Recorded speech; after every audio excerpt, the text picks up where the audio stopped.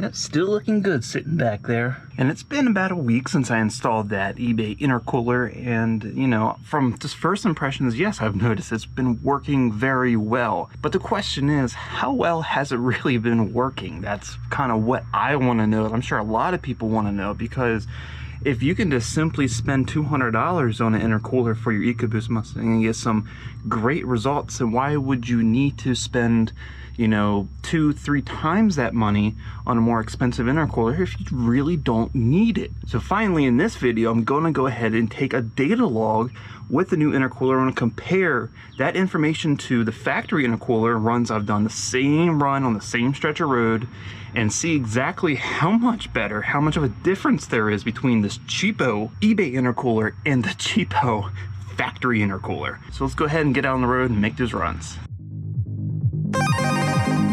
Let's have some fun on Karz Kreated.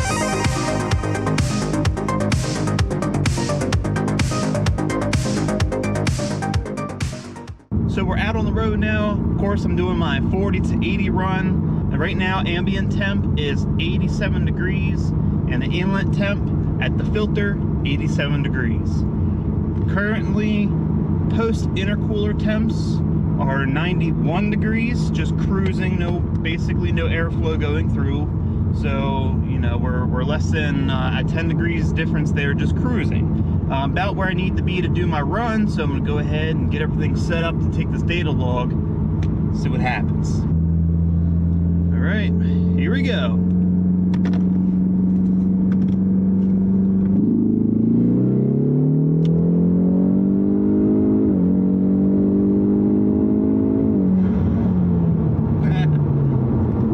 Got my log, so go ahead back to the house, load everything up on the computer, check everything out. All right, as you can see, I'm back home now in the studio, and we went and did our data logs, got all the information we need.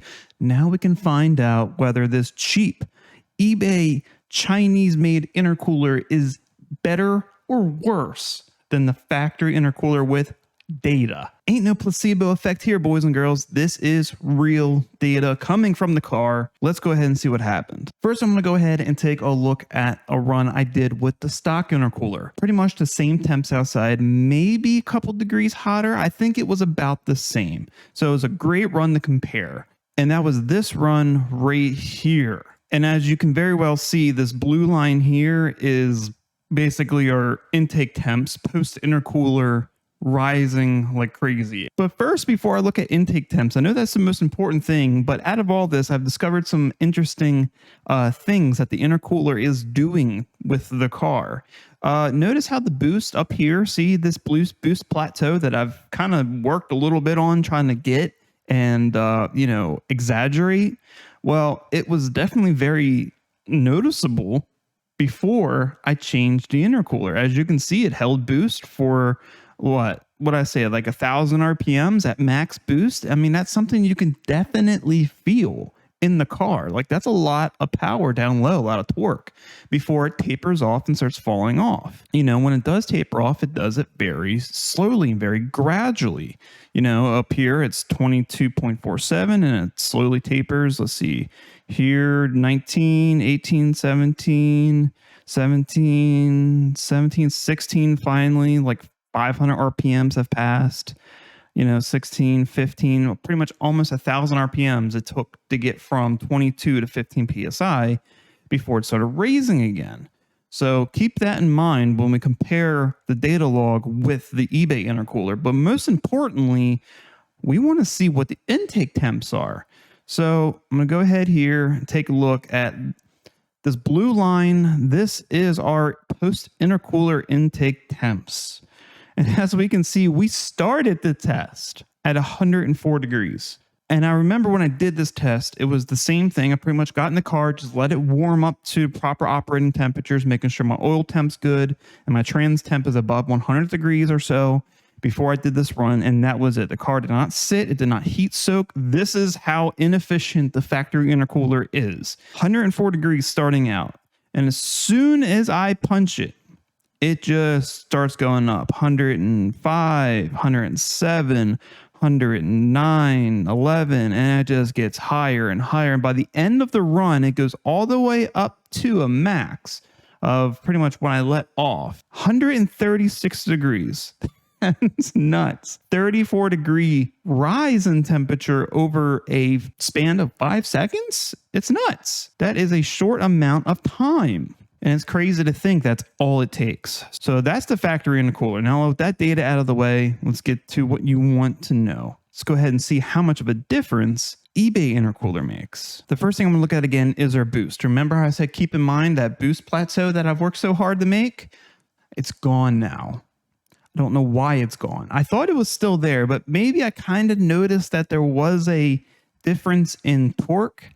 And I think there was maybe a placebo effect going on. Like, well, I know the intercooler is working, and so it can't be doing anything weird with boost, right? Well, it has. So as we can see right here, that boost plateau is no longer there. It's gone. It's like how the car used to build boost with the factory wastegate. You know, kind of just went up and then peaked and started going back down again. It's weird. It's like I don't even have an aftermarket wastegate on the car anymore. So that's very strange. And, you know, while the boost pretty much still stays the same, I just don't have that extended period of max boost. It kind of slowly goes up to its peak and then, I mean, just falls off a cliff. I mean, you can see right here, it hits its max, and then 21, 20, 18, 16. I mean, we drop what, freaking 6 psi of boost within less than a 500 RPM period, and it just goes down lower and lower and lower. So I find that interesting, and I believe that has to do with the fact that the eBay intercooler has a lot more area inside of it that it can feed air, so it flows better. Therefore, because it flows more air, the boost is going to go down. You know, it's more efficient at moving more air through because there's more area inside capacity that can fill up with air. Of course, that's going to affect my boost. I could probably get that boost plateau back with some adjustments to my wastegate, with maybe adding a little bit more of my resistance spring pressure or something. I'll have to play around with that another day. But as you can see, that has affected my boost. And while, yes, it has affected the boost, most importantly, it has drastically affected post-intercooler intake temps. So let's go ahead and take a look at that. And this is a completely different line than you see in the previous run with the factory intercooler. Look at this. So I start off at 95 degrees. At the hit of the run, it goes up to 96, then it goes back down to 95. When the boost kind of fizzles out, it drops down to 93, then it goes back up to 95, then it goes back up to 96 again. Towards the end of the run, hits 98. So that's not terrible because, like I said, the outside temp was 87, probably 88 degrees or so about that time when I was doing the run.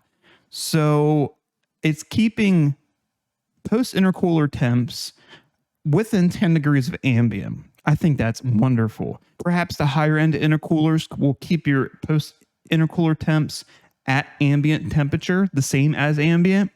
But within 10 degrees is so good that I wouldn't even want to spend the money just to have that 10 degrees difference. Really, because, I mean, if it's 90 degrees outside, 90 degrees is 90 degrees. I wouldn't care if my intake temps were 100 or 90 at that point, because at that point, it's still just really high. What I do care about is that my intake temps are 100 degrees and not 140 degrees, because instead of jumping up 40 degrees in temperature over a span of 5 seconds, it only goes up about 10. That is the benefit of an upgraded intercooler over the factory. Even this cheapo eBay intercooler does a fantastic job at, you know, providing enough cooling to keep everything within 10 degrees of ambient. I think that's wonderful considering the price point of such a product. And without a shadow of a doubt, there's definitely an impressive improvement over the factory intercooler when it comes to intake temps. That's the whole purpose of this upgrade. That's what you want, because the more boost you run, you know, once you start pushing the efficiency limit of a factory turbocharger, the air is just going to get hotter and hotter. And, you know, especially here in Florida, the air usually already is hot enough as it is just coming into the car. So it's just a good way to maintain the power you already have. You know, you're not gaining any more power. You're just not losing what you already have.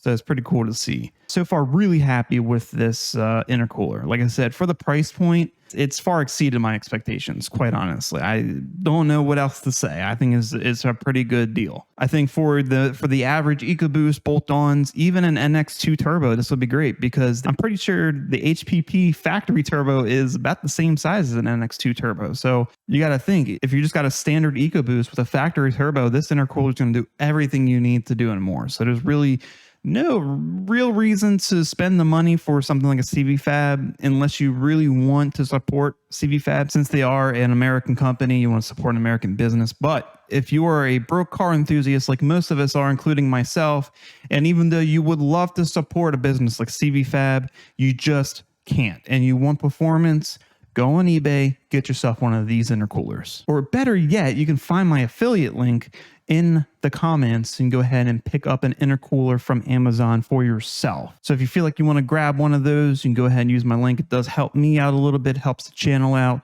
and it helps you out because it keeps your intake temps low and money in your bank account. Win, win, win. All right, so I think that's going to wrap it up here for this video. Let me know what you think of all the data that I've discovered in this video. Throw them in the comments. But anyways, if you like the video, please give it a thumbs up. Share it with everyone you know. If you want to see more content like this and you haven't already, go ahead, subscribe to the channel. Keep a lookout for the next True Car Enthusiast video.